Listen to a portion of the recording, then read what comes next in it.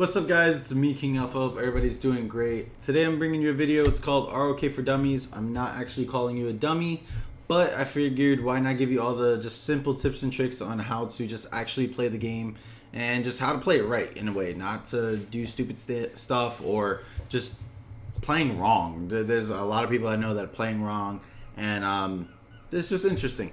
But anyways, let's get into it. So the first tip I'm going to be talking about is the civilizations, because that's the first thing it actually asks you.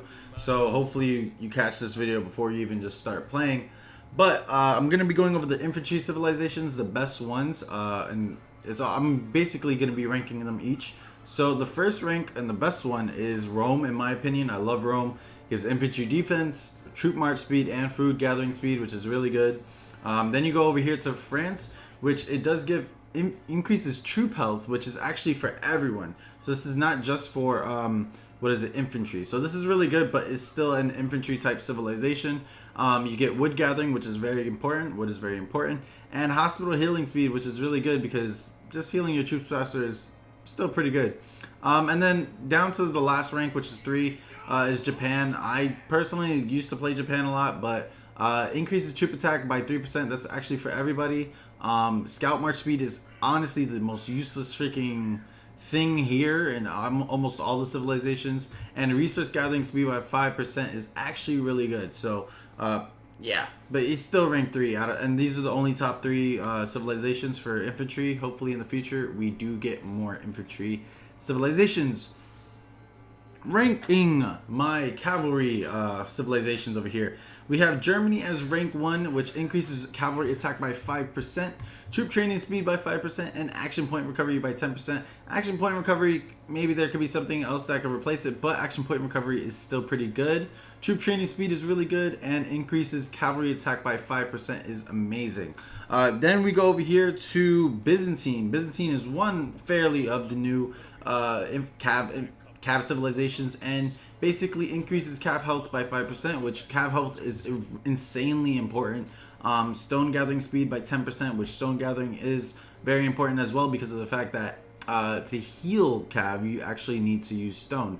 And last but not least, hospital capacity by 15%, which this is amazing, the hospital capacity by 15%, because it's just so important that you have a high, I'll get later on into that. It's so important that you have a high capacity in your hospital, just in case you're doing wars or anything like that. It's very important, and yeah, basically.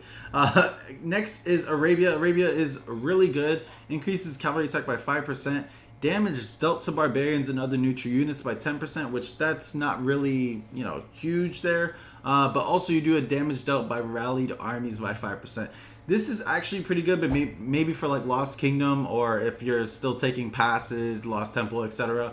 But if you're not going to be launching any, like if you're not like someone basically that's paid to win and launching big rallies and stuff like that, it's not really that useful. I will say though, doing forts or anything, it's still pretty useful. It's like in the middle of being useful.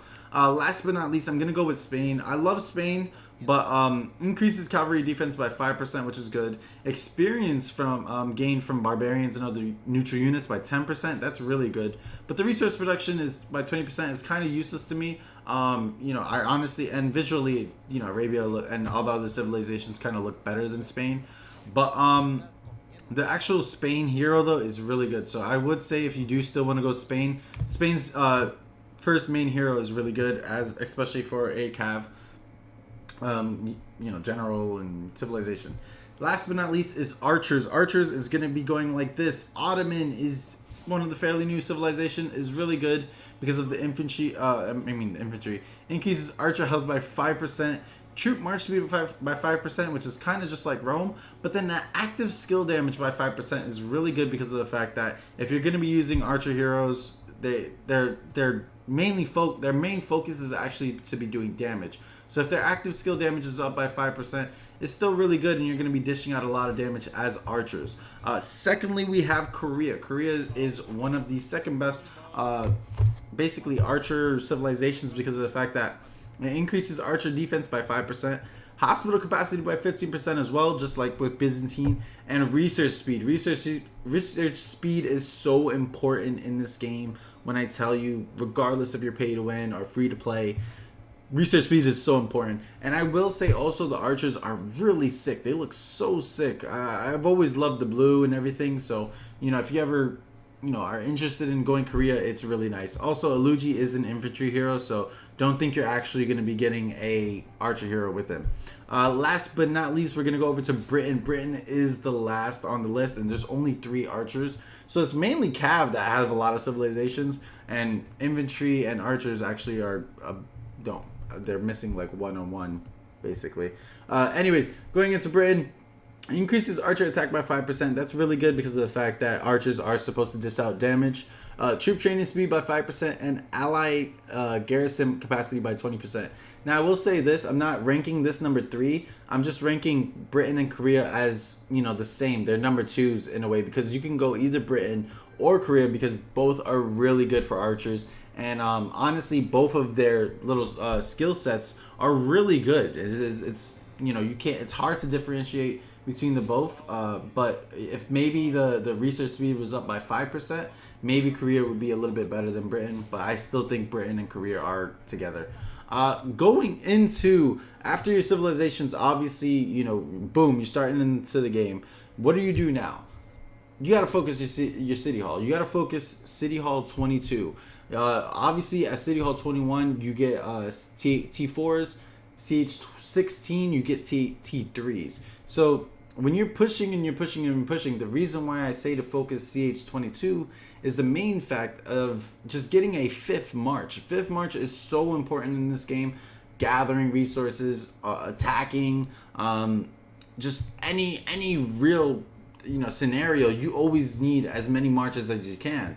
And I know at 17 you do get a 4th march, and that's right after you just unlock your T3s as well. So you go from T3s to 4th march, and then you go from T4s to 5th march, which is really good for you guys. And I just wanted to really let you guys know, don't try and stay on certain city halls and just level up their resource points, or I want to get all my resource points to 16 because I'm City Hall 16. Don't do that. Focus on CH22, and then if anything, that's where you just have it where you don't push for CH25. You can just literally stay at CH22. I would suggest going to CH23 if you're gonna actually be pushing for Academy, because with the Academy CH23 you can actually get some other techs for war. So CH22, 23 is a really good spot to just stay and land, because you don't need to push 24 or 25 unless you are going for T5 and you're basically a pay to win player.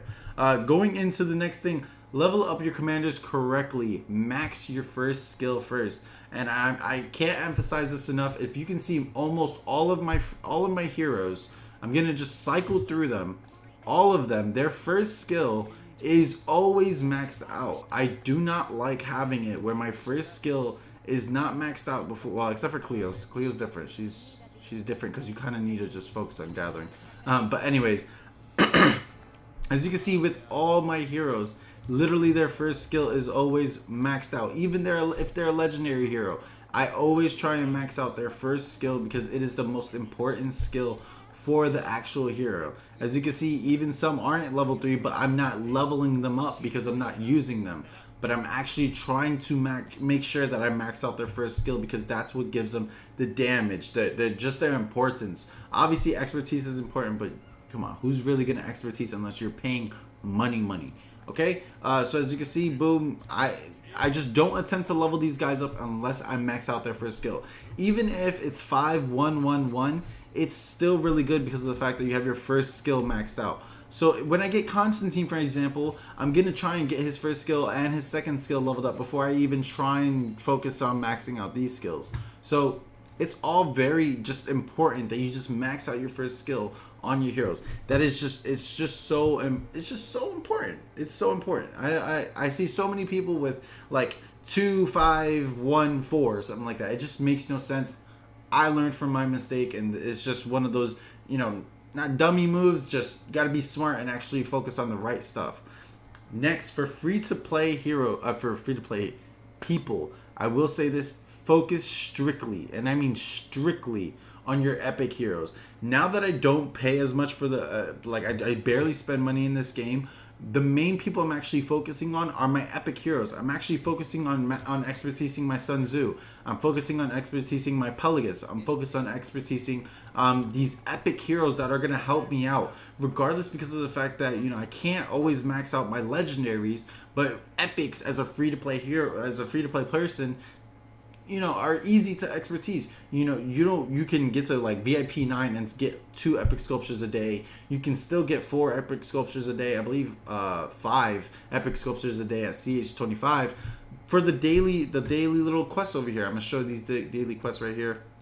Boom, you come here, you get 1 gold key, a magic box, and 5 epic commander sculptures a day. Also, additionally, it's stupid easy to actually expertise your epic commanders, because of the fact that if you just rack up your little, what are these little coins called? I don't know what the coins are called, but anyways, you just rack up these and you can actually expertise your heroes when they actually come for a featured commander for, I believe, 3 to 4 days. That's really good. Also want to say, for this little thing real quick, try and get your 8th flood up and try and always buy at least 3 of her a day and try and get to level 70. I gotta beat level 70 so I can actually unlock those, but I'm getting off the dummy list I have. Anyways, going into that, if you're pay to win, obviously focus your legendary commanders for your civilization. I've seen so many you know, pay to win players that just, they aren't even that good. I've beaten easily 33. I've beaten 30 mil powers and everything, because even though they've spent money and stuff, that doesn't mean they're actually going to be beating me even if I'm at 20 million power. It's all about your commanders, and if you're paying and you're not actually using the right commanders, you kind of suck. Regardless, going into the next tip is use the VIP shop. Sorry, my foot was acting weird. Going to the VIP shop. The VIP shop resets every 7 days. Now this goes for free to play and pay to win. Always use this, always, regardless if you know you're a free to play player. You can get 30 action points. I believe you get 55 minute speed ups, 20 purple stars, and 5 legendary stars, right? Or dazzling star, whatever. This is all free. It's basically just resources. You use resources and you get free stuff. Obviously, action potions are really nice. 5 minute speed ups. It's not a huge amount, but it's still something. Then you go over here, you get purple stars, which you do need to actually level up your purple commanders, and then gold stars if you're actually going to be focusing on legendary commanders. I think if I even restart again, I would just strictly focus on epic commanders, just because of the fact that I know in my brain it's so easy to actually expertise epic commanders compared to legendary commanders. If you're a pay to win player, I would definitely suggest obviously doing all your free to play stuff, and then getting your speed ups, getting your resources, target teleports, and you know, even coming down here, if you actually do pay, get this until you actually can, you know, expertise your purples. Purples mixed with legendaries are still really good if you're a pay to win player. If you're not and you're trying to mix it as a free to play player with using a legendary and a what is it called, a epic, you know, good luck. Basically trying to fight other people. Obviously when you get down here, when you get to the higher VIPs, you know, then you can actually get like gold sculptures and all that stuff like that. But definitely focus on your VIP if you're a pay to win player, because that is stupid important, and it does unlock, you know, better and better stuff. Going into my next thing, join an active alliance. I mean, listen, regardless if you're going to be going for competitive play or you're going to be just going to just relax, chill, and just enjoy the actual game. I'm in a kingdom right now. In my other account in Kingdom 1035, I'm in an alliance that's just chilling. We just chill and talk and just farm, play the game, do the events and stuff. It's, you know, not super competition, not need to worry about spending a bunch of money. Obviously, if you get into the scenarios like that where you can just chill and have fun, do it. But obviously, if you're going to be paying and you want to be very competitive and stuff, you know, you're going to need to be getting in an active alliance. Don't try and stay in like some small alliance. I would even suggest moving a kingdom if you know people or something like that. But if you're going to be competitive, if not, if you're just trying to enjoy the game, you're not trying to spend massive money and stuff, just be in an active alliance at least, because of the fact of helps, you know, rewards, talking to people. I know a lot of people play this game just to have some type of communication with someone else. It's really nice, and you know, you just want to actually enjoy the game like that. So always join an active alliance. Even if you're starting brand new, try and even join a small active alliance. Just people that actually talk are just trying to help you grow.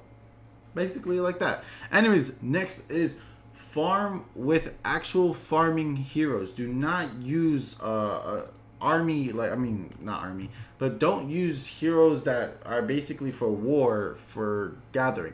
As you can see right here, I'm going to show you over here, I have, you get in total 1, 2, 3, 4, 5, 6 gathering heroes in the game. Joan, she's a mix, and Cleo is a mix. However, these other gathering heroes are very important, and you need to focus on actually using them for gathering. Even if they're level 1 or something like that, it's still better than sending out a Charles Martel to a level 6 farm node. It just makes no sense. It's going to take super long for you to actually gather your resources, and it's just going to be a pain. I will say for people that are using, for example, even when you have a 3rd March, a 4th March, or a 5th March, always have it where your last March, your 5th March, or your 4th March, or your 3rd March, always has 2 gathering heroes, so that you can actually make one little gathering slot a bit faster. Usually what happens is I usually send my 2 gathering heroes together for the alliance node. If the alliance node right here it basically has a crap ton of resources, I have that there because of the fact that they can both gather faster and they can gather more resources. However, I'm not going to try and send 2, 2, 2, 2 for no reason. There's just no reason to do that. Obviously, if it's in a war type stage, you'd want to definitely change this up and actually, set up a trap with your war heroes or something. But definitely just farm with farming heroes. Don't try and use your war heroes to farm. It makes no sense. It makes your farming last way longer, and it's just really just useless. Also, make sure that you use your little thing over here of gathering speed. I can't stress this enough. Try and always use a boost. This boost is very easy to get. This you can get for food and stuff in the courier shop. However, sometimes it doesn't pop up, and sometimes it actually costs gems. If you guys don't know what the courier shop is, I'm gonna show it right here. I don't currently have it, but let's say I was able to speed up some of these resources. Speed up some of these infantry and stuff troops I'm training. Then the courier shop will pop up, and it gives you small deals that you can actually use, and etc. Next, and we're almost down to the last point. Basically, focus on leveling your main commanders. Do not, and I repeat, do not just try and level up every commander possible. As you can see, I do have a little bit of a spread out, but I actually have combos that I'm currently using as my fourth army. So I have my 2 main heroes, which is Charles and Richard for my infantry. I have for my cav, I use Belisarius or Minamoto. I use Belisarius or Minamoto, or I use Pelagus. However, I want to stress this as well. In my other video, I have said that the second commander's talents do not matter. So unless you're going to be using your second commander, for example, if I'm going to be using Richard as a new main commander, then you can focus on leveling them up. The main thing for leveling up a second commander is you need to actually get their skills up. Then when you get their skills up, then if you want to level them up, yeah. But I'm always going to be using my Belisarius as my main cav commander, and that's why I kind of stopped focusing on leveling up my Moto. It makes no sense, and honestly, I only need his skills. But that's the same thing with this. My current cav army is Belisarius and Pelagus, but as you can see, I have Pelagus at 4-star. I don't need to actually level him up. The only reason why he probably has XP is because I've used him for attacking barbarians or forts or whatever, and that's the only reason. But I'm only trying to focus on actually leveling up his skills first, and not actually focusing on leveling him up and wasting XP. Next, focus on your hospital upgrade. You need to focus on your hospital. Like I've said this enough, and to be fair, I'm a victim of this as well, because I just got my hospitals to 20. Mind you, I did just come back and started playing this game. But I had one hospital at 21, and then this was at 16, this was at 16, and this was at 16. And I was like, what am I doing? Because my hospital capacity was literally at, 150? Which, for me, for a 20 million power to have a hospital capacity of 150,000 troops, that is nothing. And I like almost last kill event, I almost lost troops because I didn't have enough hospital capacity and I didn't have enough speed ups to actually heal my troops. So always focus on hospital capacity regardless. I would say the main things when you're actually leveling up your city hall is academy, your obviously like your barracks and stuff to actually train troops, and your hospitals. Your hospitals are so important, and other than the fact that you need to upgrade like some other stuff just to meet city hall requirements, those are the main things you actually need to focus on leveling up, because it helps you out so much in the long run, especially your hospital capacity. And I just want to say this as well for Ark of Osiris. It really helps out because of the fact that you won't have to heal up as much troops. You can just heal up a little bit, send out another full march. Heal up a little bit, send out another full march, like that. So then it helps out you out a lot in the long run. Also, I just want to give you my one last point, and this is a very important one.